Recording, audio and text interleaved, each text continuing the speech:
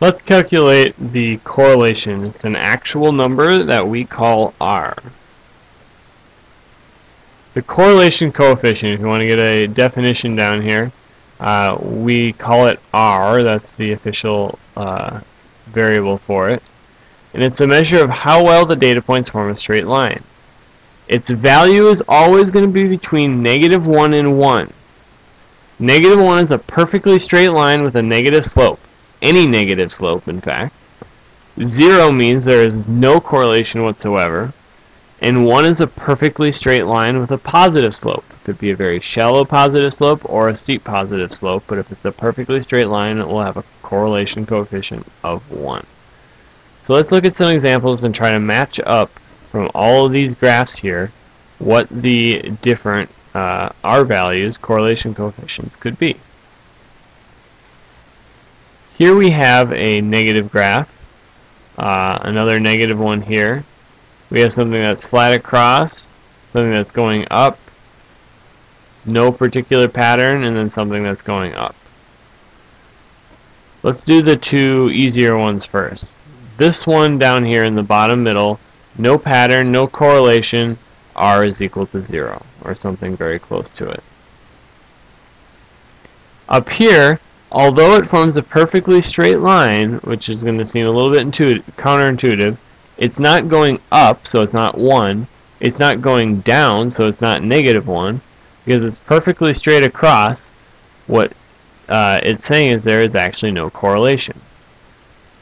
If you're struggling to get why something could have a perfectly straight line and yet have no correlation, if you think about it this way, whatever variable is down here clearly does not affect any change in the response variable, because the response variable is always exactly the same. It's always at the same level no matter what the explanatory variable is. So since this is not causing any change over here, that would be one way to think about why this correlation is 0.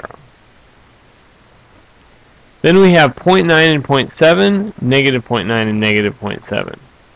Let's look at the two negative versions first here. We have this graph with the data points a little more spread apart, and this graph with the line a little bit more put together. The -0.9 is going to be the one that is straighter. The data points that are a little more scattered, spread out like that, that one's going to be the -0.7. Remember, the closer you are to either a 1 or a -1, the more of a straight line you have. The more of a perfectly straight line you have. With the same idea, looking at the positives here, we have some fairly spread out data, so let's call that R equals 0.7. The general pattern is still pretty clear, but the data is pretty varied.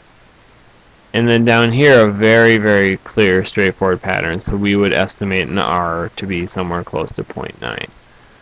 Now remember, these are all estimates here, but it gives you a sense of what correlation means, what the correlation coefficient actually represents. Another related concept is called percent explained. All you do is you take whatever value you have for R and you square it. And you usually would express that as a percent. And what it tells you is how much x, your x variable, explains the change or variation in y. So in this graph here, R equals -0.9. That means R squared is just going to be -0.9 squared, which would be 0.81. That means that whatever our explanatory variable is here on our x-axis explains 81% of the change in our y value. So whenever this is very high, that means that whatever our explanatory variable is would do a very good job of predicting the response variable.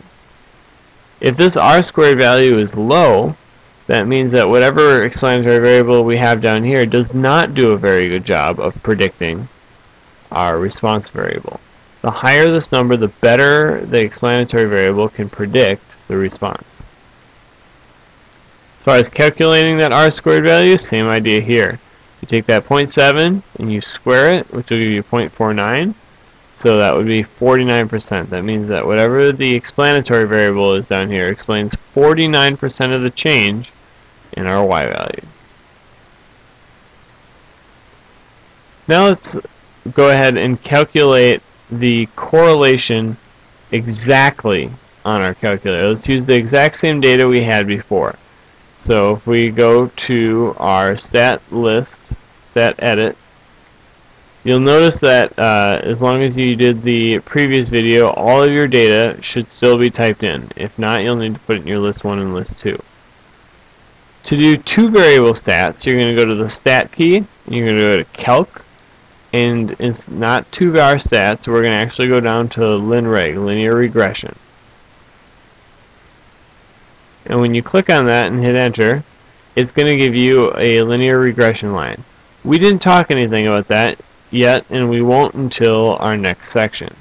However, the thing that you'll need is r and r squared, which don't show up on the screen right away for many calculators. Some will have it, many will not. If you're one of the calculators that do not have it up right away, you need to go to the catalog and turn it on. So go to second 0. If you push this key, the x to the -1 key, that represents the letter D. That'll let you skip down a little bit, and we're going to look for diagnostic on. So diagnostic off, diagnostic on. And what this is going to do is change our output. So now, when we go to stat, calc, and linreg, the fourth one down, we're going to get the same information we had before with two extra values. We're going to have an r and an r squared. So the r value is our correlation coefficient down here. The r squared is the percent explained. So let's go ahead and talk about those two. Correlation coefficient of 0.988, if you round this off, is an excellent fit. Whenever you have an r value that's almost 0.99, you know you're dealing with a very linear pattern. The percent explained is just this number squared, and rounded off, that comes out to 97.6%.